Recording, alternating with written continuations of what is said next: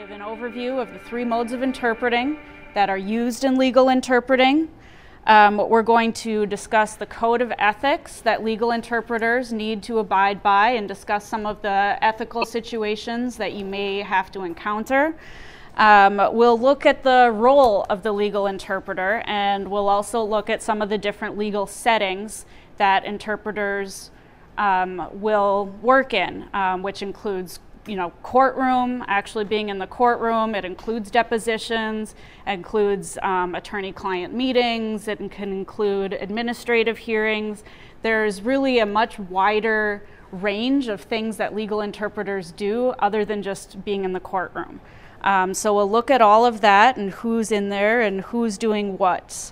We'll also look a little bit at some legal terminology, just so you understand who the players are and kind of what's going on in different situations.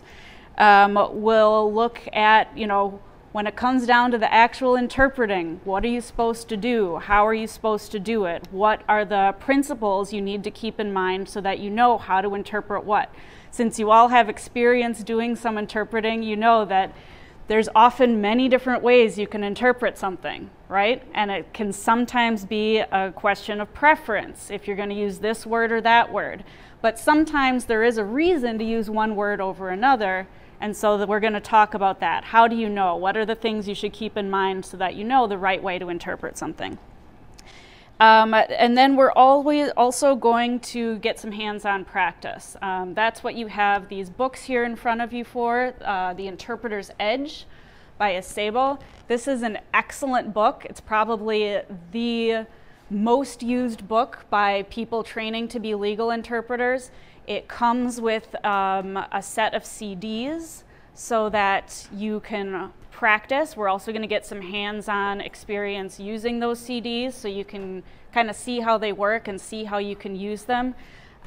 This is something that I want you to be able to feel comfortable with so that you can go home and keep practicing at home.